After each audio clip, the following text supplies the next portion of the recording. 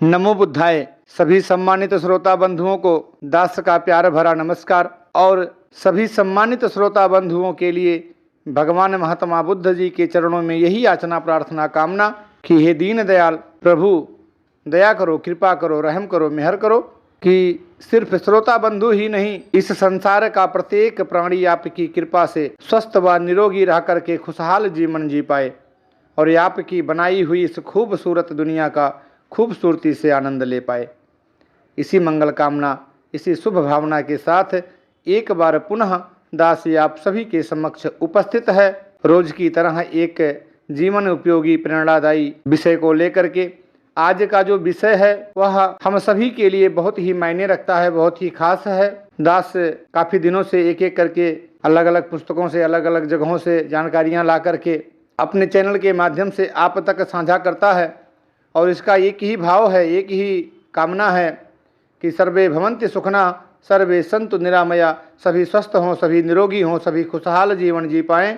क्योंकि दास तो संत शिरोमणि तुलसीदास जी की वो बात जानता है कि परहित धर्म सरस नहीं भाई, पर पीड़ा श्रम नहीं अधिमाई। दूसरों के हित से बड़ा कोई धर्म नहीं है। जितना हो सके, जितना बन पड़े उतना दूसरों का सहयोग करते रहें इस जीवन में, और दूसरों को दुख देने से बड़ा कोई पाप भी नहीं है। अगर मेरे इस ज्ञानवर्धक वीडियो से संसार के किसी एक भी प्राणी का भला होता है, लाभ होता है, तो यह जीवन धन्य समझूंगा मैं। इसी शुद्ध भावना के साथ दास यह प्रयास करता है। तो आज जब समाज में मिलावट का बोलबाला हो गया है, हर चीज़ में मिलावट है, और इसका कारण सिर्फ और सिर्फ है कि आज समाज में यह बताया गया है कि पावर इज़ मनी, पैसा ही सब कुछ है, बगैर पैसे के कुछ नहीं होगा। और इस पैसे की अंधी दौड़ में आज हर कोई अपने अपने स्तर से जितना हो सकता है, जितना बन सकता है, उतना मिलावट कर रहा है। हम चाह करके भी और वैसे भी जाने अनजाने में दिन रात ऐसी चीज़ें खा रहे हैं जो हमारे इस पंच प्राकृतिक तत्वों से निर्मित शरीर को नुकसान ही पहुंचा रहा है, लगातार नुकसान पहुंचाते जा रहा है। और हम चाह करके कुछ नहीं कर पा रहे हैं, बस रोगी होते जा रहे हैं, रोगी होते जा रहे हैं। दवाओं और डॉक्टरों के चक्कर में उलझ करके अपना चैन और सुकून खराब कर रहे हैं। तो आज इसी विषय को लेकर के दासी आपके समक्ष उपस्थित है और आज हम आपको एक ऐसा नुस्खा बताएंगे, एक ऐसा तरीका बताएंगे कि जाने अनजाने में आप कुछ भी खा रहे हैं, मजबूरी बस खा रहे हैं या शौक बस खा रहे हैं, आप खुद अपने बारे में बेहतर जानते हैं। पर दास ये कहता है कि कैसे भी खा रहे हैं, खा गंदी चीज़ ही रहे हैं, खा केमिकल ही रहे हैं, और वह टॉक्सिन हमारे शरीर में धीरे धीरे करके जमा होता है। तो इस शरीर को स्वस्थ और निरोगी बनाने के लिए महीने में एक दिन, 15 दिन में एक दिन, या फिर हफ्ते में एक दिन अपने शरीर को अगर आप दे देते हैं तो यकीन मानिए कि आप से जाने अनजाने में जो गलतियां होती हैं, स्वादबस जो आप कुछ खा लेते हैं मिलावटी चीज़, वह आपका कुछ नहीं बिगाड़ पाएगा। आपका और आपके परिवार का जीवन स्वस्थ और निरोगी रहेगा, खुशहाल रहेगा, और आप आनंद पूर्वक इस शानदार खूबसूरत दुनिया का खूबसूरती से मज़ा ले पाएंगे। तो इसी विषय पे आज हम चर्चा करेंगे। पर इससे पहले भगवान महात्मा बुद्ध जी के पावन उपदेश एक कहानी के माध्यम से, उसके बाद हम साझा करेंगे कि इस अपने शरीर से वह गंदगी, वह कचरा, वह टॉक्सिन के रूप में जो जमा हो रहा है, उसे कैसे निकाल सकते हैं। पहले भगवान महात्मा बुद्ध जी के पावन अनमोल विचार। उपकार ही धर्म है। एक साहूकार था, उसके 3 बेटे थे, ऊँटों का कारोबार था, कुल 19 ऊँट थे उसके पास। जब उसका अंतिम समय आया तो अपने मित्र को बुलाकर एक बात कही कि बड़े बेटे को आधे ऊँट देना, उससे छोटे को चौथाई हिस्सा मिलना चाहिए और सबसे छोटे को 5वां हिस्सा। यह कहकर साहूकार चल बसा। उस समय तो सब उसकी मौत के गम में डूबे रहे, इसलिए मित्र ने इस बारे में कुछ नहीं सोचा। परंतु कुछ दिनों बाद जब संपत्ति का बंटवारा करने की बात चली तो उसे सोचना पड़ा। उसने सोचा कुल 19 ऊँट हैं, बड़े को आधा हिस्सा देना है, 19 का आधा हिस्सा कैसे करें। बहुत सोचा, कुछ समझ में नहीं आया। लोग बेचैन थे कि क्या बात है, बंटवारा क्यों नहीं हो रहा। आखिर पूछ ही बैठे, भैया चुप क्यों बैठे हो, बांटते क्यों नहीं।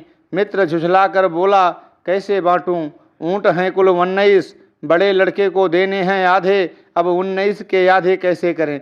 एक ऊँट के 2 हिस्सों की बात सोचना मूर्खता है, इसलिए समझ नहीं पा रहा हूँ कि कैसे होगा। भीड़ देखकर आने जाने वाले लोग भी वहाँ इकट्ठे हो गए। आगंतुकों में से एक व्यक्ति बोला, अगर इजाज़त हो तो मैं इस समस्या का समाधान करूं। सभी ने एक स्वर में कहा, स्वागत है, जरूर फैसला कीजिए।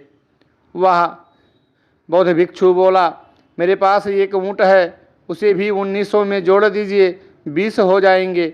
सभी ने उस परोपकारी की ओर अचरज की नज़र से देखा और उसकी प्रवृत्ति की प्रशंसा की। वह व्यक्ति निरपेक्ष भाव से बोला, अब 20 ऊँट हैं, आधे बड़े लड़के के, यानी 10 उसे मिले। सबने एक स्वर में ठीक है कहा और इस प्रकार ही अपनी सहमति दर्शाई। छोटे का 1/4 हिस्सा अर्थात 20 में से 5 ऊँट उसको मिले। परोपकारी सज्जन बोला। सभी ने सहमति से सिर हिला दिए। छोटे बेटे को 5वां हिस्सा मिलना है, 20 में से 4 ऊँट उसके हुए। सज्जन रुका। सबने कहा, बिल्कुल ठीक है। कुल कितने ऊँट बांटे गए? 10 बड़े को, 5 उससे छोटे को और 4 सबसे छोटे को, यानी 19 ऊँट बंट गए। एक ऊँट बचा, वह मेरे पास रहा, कहकर सज्जन हल्के से मुस्कुराया। कमाल हो गया, सभी एक स्वर में बोले। दरअसल दूसरे की भलाई के लिए अपनी सुविधा त्याग देना मानवीय कर्तव्य है, इसलिए मेरी प्रशंसा की कोई बात नहीं। बस सोचने की बात यही है कि इतना साहस हम में हो, और यह निश्चित बात है कि दूसरे के लिए अपनी सुविधाओं का किया गया त्याग कुछ घटाता नहीं बल्कि बढ़ाता ही है। यह कहकर वह बौद्ध भिक्षु अपने रास्ते आगे चल दिया। वास्तव में जो ऐसा परोपकारी मानव होता है वही संत होता है। महात्माओं को दूसरे के लिए अपना बलिदान करने में संकोच नहीं करना होता। दूसरों के लिए सुविधाओं का त्याग करना घाटे का नहीं लाभ का सौदा है, क्योंकि ऐसे परोपकारी सज्जन को उसकी त्यागी हुई वस्तुएं पुनः कई गुणा होकर प्राप्त होती हैं, परंतु सुविधाओं के कई गुणा हो जाने के लालच में परोपकार करना वास्तविक परोपकार नहीं है। तो भगवान महात्मा बुद्ध जी के इस कहानी से हमें यही शिक्षा मिलती है कि जिस तरह से उस बौद्ध भिक्षु ने उन्हीं के 19 ऊँटों को बड़ी ही खूबसूरती के साथ उसमें अपना एक ऊँट जोड़ करके बांट दिया, मसला हल हो गया, समस्या का समाधान हो गया। दोस्तों, इसी तरह से ये हमारा शरीर है, और आज हमें आपको जो दैनिक दिनचर्या आप करते हो, बस सिर्फ आपकी उस दिनचर्या को थोड़ा सा इधर उधर करके, थोड़ा तालमेल बिठा करके एक बात गौर करके देखिए कि 32 दांतों के बीच में अपनी ये जीभ है। जब से हम सो के उठते हैं और जब तक सोते नहीं निरंतर बोलते रहते हैं, पर ये दांत के बीच में से जीभ निकलती है लेकिन कटती नहीं। लेकिन जिस दिन वो तालमेल गड़बड़ हो जाता है, अपना ही दांत ही अपनी जीभ को काट देता है। बस तालमेल की गड़बड़ की बात है। तालमेल बैठ गया इस मानव शरीर में, वात, कफ और पित्त, ये 3 दोषों का अद्भुत तालमेल परमात्मा ने बनाया है इस प्रकृति के माध्यम से। जब तक ये तालमेल हमारे शरीर में बना रहता है, बैलेंस बराबर रहता है, वात का, कफ का, पित्त का, तीनों दोषों का, यकीन मानिए दोस्तों, शरीर निरोगी रहता है, स्वस्थ रहता है, इसमें कोई तकलीफ नहीं आती।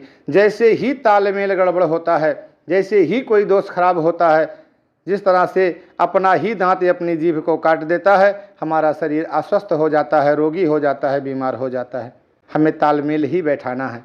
गौर से सोचिए कि प्यार जीभ से ज़्यादा कोई किसी से कर नहीं सकता। 32 दांतों के बीच में ये जीभ रहती है, किसी भी दांत के किसी भी कोने में कुछ फंस जाए, जब तक वो निकल नहीं जाता, वो जीभ बार बार उसी पे टच करती है, बार बार उसी जगह पे जाती है और प्रयास करती है उसे निकालने का। इतना तालमेल ही ये है, प्यार ही है। तो बस इतना सा प्यार अगर हम अपने इस शरीर से करते हैं अंदर की सफाई के लिए, तो यकीनन ही आप निरोगी रहेंगे, यकीनन ही आप स्वस्थ रहेंगे। हम बाहर की सफाई के लिए तो ना जाने कितने कितने इंस्ट्रूमेंट का इस्तेमाल करते हैं, उपकरणों का इस्तेमाल करते हैं, उत्पादों का इस्तेमाल करते हैं। सर के बाल से लेकर के पूरे शरीर के अलग अलग अंगों के लिए अलग अलग तरह के क्रीम, पाउडर, सेंट और न जाने क्या क्या इस्तेमाल करते हैं। जिसका ज़्यादा रेटिंग देखा प्रचार में वो चीज़ लेकर के आते हैं। लेकिन कभी हम इसके बारे में भी सोचे कि हमारे शरीर के अंदर भी गंदगी होती है। 2 मल तो नैसर्गिक रूप से हमारा शरीर निकाल देता है, एक पेशाब के रास्ते से, एक शौच के रास्ते से, और तीसरा ये जो हमारे रोम छिद्र होते हैं इसमें से पसीने निकलते हैं। अब आजकल तो इसका भी प्रचार के माध्यम से इस पे डीओ लगाते हैं, इसको रोकने का प्रयास करते हैं। पसीना निकलना ही स्वस्थ शरीर की निशानी है। जब इसके रोम छिद्र रुक जाते हैं और पसीने की बदबू जो है वो नैसर्गिक बदबू है। अगर आप अपने अंदर जिस पदार्थ का सेवन करते हैं, जब वायु निकलती है, गैस निकलता है पेट से, तो वह उसकी सुगंध, दुर्गंध जो भी है, जो आपने जिस चीज़ का इस्तेमाल किया है वह उसी के अनुसार निकलती है। अगर आपने लहसुन का ज़्यादा सेवन किया है, प्याज का ज़्यादा सेवन किया है, जिस भी चीज़ का ज़्यादा सेवन किया है, जब आपके पेट से गैस निकलेगा तो उसमें उसका स्मेल बना रहेगा, उसमें उसका गंध बना रहेगा। तो इसी तरह से हमारे शरीर में अगर गंदगी जमा है, हमारे शरीर में टॉक्सिन जमा है, तो हमारा पसीना जो निकलेगा वो बदबूदार पसीना निकलेगा। तो अगर हमारा पेट साफ होगा, कब्ज नहीं होगा, गैस नहीं, एसिडिटी नहीं होगा, तो पसीना अपने आप, पसीना तो निकलना ही चाहिए। पसीना नहीं निकलता है तो शरीर बीमार होता है, पर वो बदबू नहीं करेगा तो हमें डीओ लगाने की ज़रूरत नहीं पड़ेगी। आज हम आपसे हाथ जोड़कर करबद्ध प्रार्थना करते हैं कि बहुत ही दुर्लभ शरीर, बहुत ही मूल्यवान शरीर आपको मिला है, और इसको डस्टबिन ना बनाएं, इसे कचरे का डिब्बा ना बनाएं, इसमें जो जी चाहे वो ना खाएं। क्या आप बाहर का प्रचार देख करके सारे सामान लाते हैं? बालों में डाई कौन सा लगाना है, शैम्पू कौन सा लगाना है, क्रीम कौन सा लगाना है, तेल कौन सा लगाना है, साबुन कौन सा लगाना है? आप अपने दिल पे, अपने हृदय पे हाथ रख करके अपने मन से 5 मिनट गौर से सोचिए, क्या कभी आपने किसी डॉक्टर के पास जा करके, किसी वैद्य के पास जा करके, किसी हकीम के पास जा करके ये पूछा कि ये मेरा शरीर किससे स्वस्थ रहेगा, क्या खाने से स्वस्थ रहेगा? इसकी जानकारी ली? बहुत कम ही वो लोग होंगे जो जागरूक होंगे इसके बारे में। नहीं तो दोस्तों अक्सर देखता है बाहर रोडों पर नौजवान बच्चे सिगरेट पीते हैं, वो गुटखा खाते हैं जिसके ऊपर बिच्छियाँ छपी होती हैं, साफ शब्दों में सिगरेट पे लिखा होता है सिगरेट पीना स्वास्थ्य के लिए हानिकारक है, फिर भी पी रहे हैं। इसी स्वस्थ बॉडी में डाल रहे हैं गंदगी और कचरा। हम काम के सिलसिले में इधर उधर जाते हैं, क्योंकि लोगों को बता दिया गया है कि पैसा कमाना है, तो लोग अपने अपने मुनाफे के हिसाब से सस्ती तेलों का, मिलावटी तेलों का और हर चीज़ों का इस्तेमाल करते हैं, और हमें जाने अनजाने मजबूरी बस खाना पड़ता है। कुछ चीज़ें हम शौक़ से खा रहे हैं, धड़ल्ले से खा रहे हैं। कभी नहीं पूछा किसी दुकानदार से कि तूने ये फ्रेंकी बनाया है, मंचूरियन बनाया है, पास्ता बनाया है, कौन से तेल का इस्तेमाल किया है? समोसा बनाया है, वड़ा पाव बनाया है, कचौरी बनाया है, भजिया बनाया है, कौन से तेल का इस्तेमाल है? क्या वो सींगदाना, सरसों, मस्टर्ड ऑयल, सूरजमुखी का तेल, खोपरे का तेल, तिल का तेल, इनको पिराई करा करके ला करके बनाता है? नहीं दोस्तों, वह तो दुकान से सस्ता तेल लेकर के आता है, जिसमें उसे प्रॉफिट हो वही तेल लेकर के आता है। और हम वह वड़ा पाव, भजिया, XYZ कुछ भी सब दिन रात खाते जा रहे हैं और जमा होता जा रहा है। वही लेटरिन को छोड़ दिया जाए सुबह शाम, बाकी कभी अंदर की सफाई, या तो सिर्फ सुबह उठ करके वो ब्रश कर लिए, जीभ साफ कर लिए, इसके आगे कभी सोचा ही नहीं कि इसके अंदर भी कोई सफाई होती है। तो जब सोचा ही नहीं, समझा ही नहीं, जाना ही नहीं, तो करेगा क्या? आज हम, थोड़ी वीडियो बड़ी हो सकती है, इसके लिए क्षमा कीजिएगा।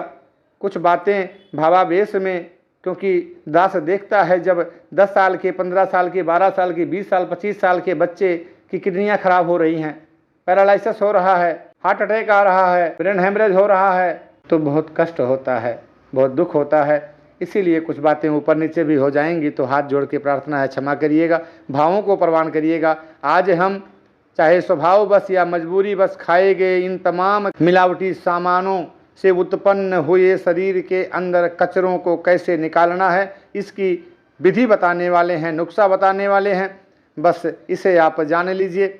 और दास तो यही कहेगा कि सप्ताह में एक दिन अपने इस दुर्लभ मानव तन के लिए मुकर्रर कर लीजिए, नियमित कर लीजिए, फिक्स कर लीजिए कि इस दिन को हम यह नुस्खा और यह नियम अपनाएंगे, यकीन मानिए 1 हफ्ता करके देखिए, एक बार करके देखिए, दोबारा मुझे कहने की ज़रूरत नहीं पड़ेगी कि भाई साहब, बहन जी, माता जी, बेटी जी आप इसको करिए। आप स्वतः, आपका शरीर बोलेगा, आपका मन बोलेगा, तन मन दोनों बोलेगा और ये आप वह करना चालू कर देंगे। हाथ जोड़ के करबद्ध प्रार्थना है, इससे मेरा कुछ लाभ नहीं है, मेरा बस इतना ही लाभ है कि सर्वे भवन्ति सुखना सर्वे सन्तु निरामया। हम सब इस देश के वासी हैं, हम सभी खुशहाल रहेंगे तो देश मजबूत होगा, समाज मजबूत होगा, संस्कृति मजबूत होगी। तो आज का ये विषय इतना ही है कि जाने अनजाने में कैसे भी आप के शरीर में टॉक्सिन जमा हो गया है, जो हो ही रहा है, दिन रात हो रहा है, और उसके निकालने का कोई हम उपाय ही नहीं करते तो वहाँ तक ध्यान ही नहीं जाती है। तो एक दिन आप तय कर लीजिए। मैं उदाहरण के लिए समझा रहा हूँ कि जैसे मान लीजिए हमने रविवार का दिन लिया है कि रविवार का दिन मैं अपने इस दुर्लभ शरीर को दूंगा, तो आपको शनिवार की रात में ही एक कार्य करना है। शास्त्रों में लिखा है कि रात्रि को भोजन करना ही नहीं चाहिए। भोजन का जो शास्त्रों में नियम बताया गया है आयुर्वेद के अनुसार, वह शाम को सूर्यास्त के पहले ही भोजन कर लेना उचित माना गया है। उसके बाद रात्रि में भोजन नहीं करने का विधान है। तो आपको उस दिन शाम को भोजन नहीं करना है। और रात में जब भी आप सोने जाते हैं, जैसे भी आपका अवस्था व्यवस्था है, 9 बजे 10 बजे, तो जब भी आप सोने जाते हैं उसके 1 घंटा पहले 1 गिलास शुद्ध गाय या भैंस का दूध, मिलावटी ना हो, डिब्बे का ना हो, पैकेट का ना हो, उसे गर्म कर लीजिए। और उसी में आपको, अगर आपके पेट में कब्ज है, एसिडिटी है, गैस है, पेट साफ नहीं होता है, तो 10 से 12-15 मुनक्का लीजिए। मुनक्का आता है, एक किशमिश आती है, दूसरा मुनक्का होता है। मुनक्का बड़ा होता है, थोड़ा काला होता है, और उसके अंदर सबसे बड़ी बात है कि उसके अंदर बीज होता है, नींबू के बीज जैसा उसके अंदर बीज होता है। तो जिसमें बीज होता है वो बीज वाला ही लेना है। ला करके उसको साफ धुल लीजिए और वही 1 गिलास दूध में, अगर कब्ज ज़्यादा है तो 10 से 15 मुनक्का, और अगर नहीं नॉर्मल है तो आपको 5 से 7 मुनक्का डाल करके उसी दूध को अच्छे से उबाल लेना है। मुनक्का खा करके उसी दूध को पीना है। ये काम ही आपको रात्रि में करना है। उसके बाद सो जाना है। अगले दिन सुबह, यानी कि आपने रविवार का दिन लिया है अपने शरीर को स्वस्थ रखने के लिए, निरोगी रखने के लिए, चुस्त और दुरुस्त रखने के लिए, तो रविवार को आपको ब्रह्म मुहूर्त में उठना पड़ेगा। अभी आज मैं सिर्फ एक ही दिन का नियम बता रहा हूँ। तो वैसे तो ब्रह्म मुहूर्त के उठने के फ़ायदे और शरीर को 2 घंटा देने के फ़ायदे के बहुत सारी वीडियो पड़ी हैं चैनल पे, आप उसे भी देख सकते हैं। पर आज हम अपने शरीर के अंदर की सफाई कर रहे हैं, तो आज के विषय पर ही रहेंगे। तो आपको ब्रह्म मुहूर्त में उठना है, और कभी भी बिस्तर से उठते समय झटके में नहीं उठना चाहिए।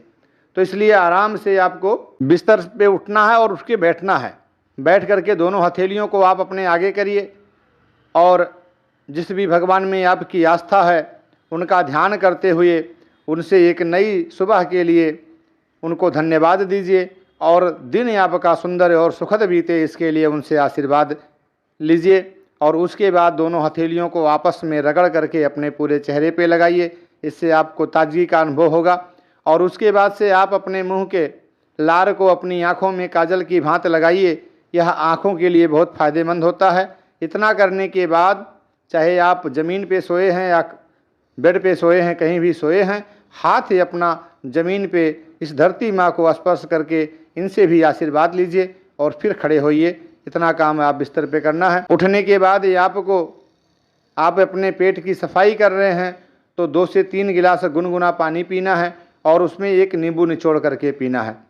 नींबू निचोड़ करके जो आप पानी पीते हैं, तो इस पानी को या तो कांच के गिलास में और या मिट्टी के बर्तन में ही निचोड़िए।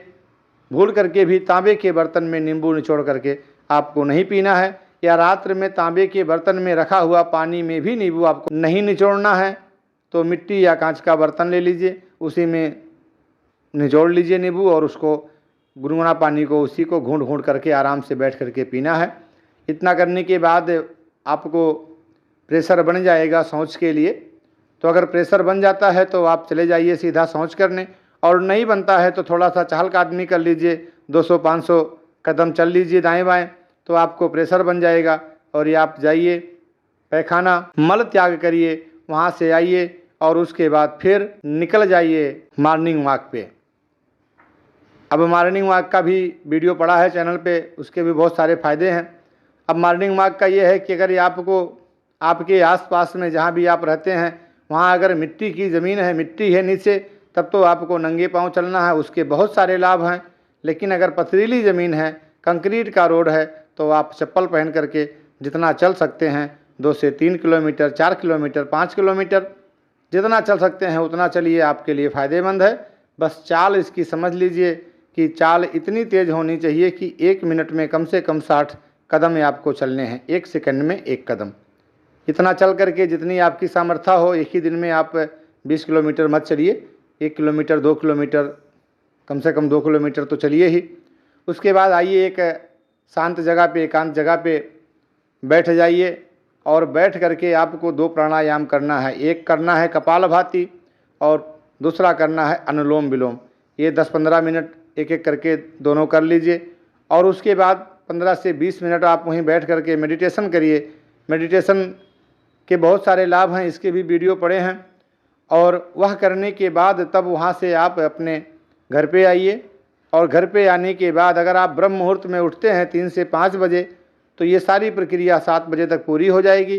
तो 7 बजे आपको 7 से 8 नीम की कोमल पत्तियाँ चबानी हैं, चबा चबा करके इसको खाना है। इसको खाने के बाद पानी नहीं पीना है। कड़वा लगेगा पर हम स्वाद के लिए नहीं खा रहे हैं, ध्यान दीजिएगा इस बात को।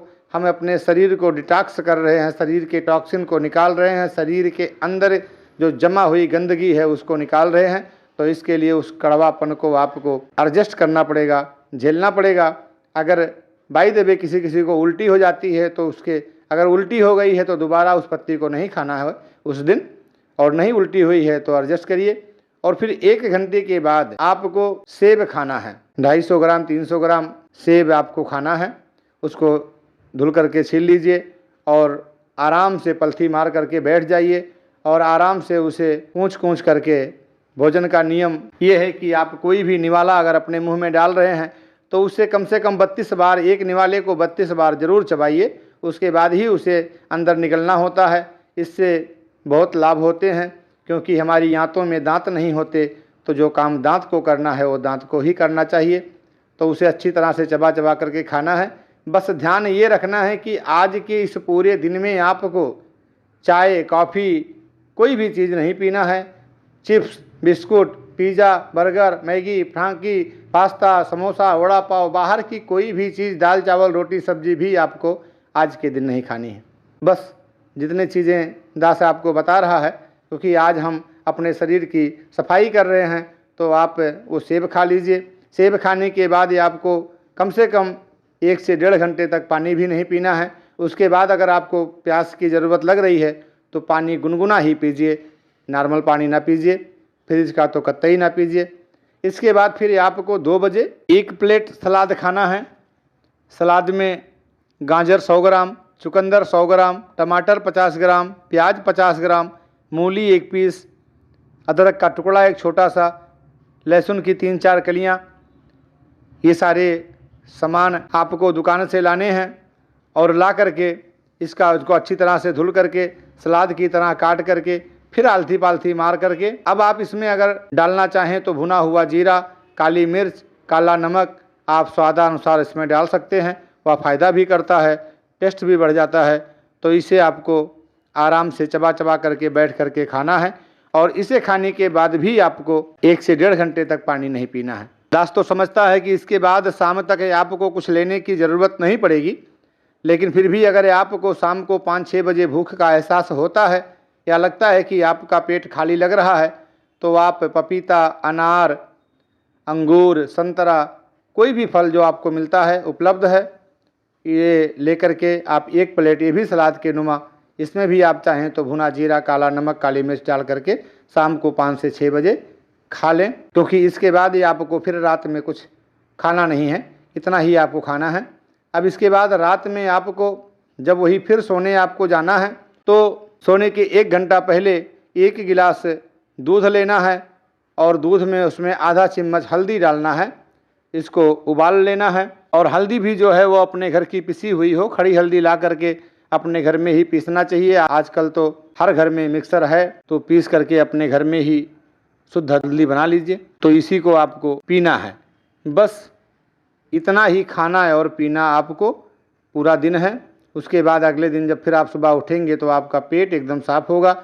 अब इस नियम को आप साप्ताहिक फिक्स कर लीजिए, 15 दिन में एक दिन फिक्स कर लीजिए, या महीने में एक दिन फिक्स कर लीजिए। इससे ज़्यादा मत करिए। महीने में भी अगर आप एक दिन इस नियम का पालन करते हैं तो यकीन मानिए आप स्वस्थ रहेंगे।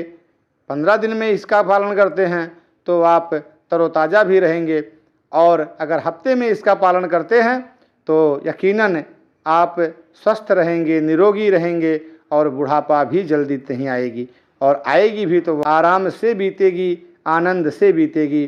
तो बस बहुत कुछ नहीं करना है, सारी प्रक्रिया को एक बार जल्दी जल्दी समझ लेते हैं। इस नियम को जिस दिन करना है उसके पहले वाली रात से ही नियम शुरू करना है। मतलब सोमवार को अगर आपको यह नियम बना रहे हैं तो रविवार की रात में आपको भोजन नहीं करना है, और सिर्फ दूध में मुनक्का डालकर उबालकर मुनक्का खा करके दूध को पीना है। उसके बाद सोमवार की सुबह उठकर ब्रह्म मुहूर्त में उठ करके जो नियम बताया है उसे करना है। गुनगुना पानी पीना है एक नींबू को डाल करके। उसके बाद योगा प्राणायाम करना है, मॉर्निंग वॉक करना है। फिर वहाँ से आकर के नीम की पत्ती खानी है 7 से 8, और फिर 8 बजे आपको सेब खाना है। दोपहर में सलाद खानी है। शाम को ज़रूरी लगे तो फल खाना है, नहीं तो फिर सीधा रात में हल्दी वाला दूध पीना है। इस दिन यानी कि सोमवार के दिन जिस दिन आप कर रहे हैं, भूल से भी आपको चाय कॉफ़ी या बाहर की कोई भी चटर पटर की चीज़ें या अनाज का सेवन नहीं करना है। इतना एक बार ही करके देख लीजिए। हाथ कंगन को वारसी क्या, पढ़े लिखे को फारसी क्या, असर खुद समझ में आ जाएगा, और उसके बाद फिर दास को ये कहना नहीं पड़ेगा कि आप इसे कीजिए। तो आशा करता हूँ कि ये जानकारी आपको अच्छी लगी होगी, और जनहित में, समाज हित में, देश हित में इसे ज़्यादा से ज़्यादा लोगों तक शेयर करें, क्योंकि हम चाह करके भी मिलावटी सामान से दूर नहीं हो सकते। तो इतना तो कर ही सकते हैं, अपने शरीर को डिटॉक्स कर सकते हैं, अपने शरीर से शरीर के अंदर जमा हुई टॉक्सिन को दूर कर सकते हैं। तो अपने और अपने परिवार की खुशहाली के लिए इस नियम को एक बार ज़रूर आजमा कर देखिए।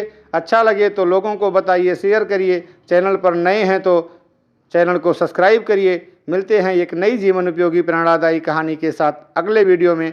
नमो बुद्धाय दोस्तों।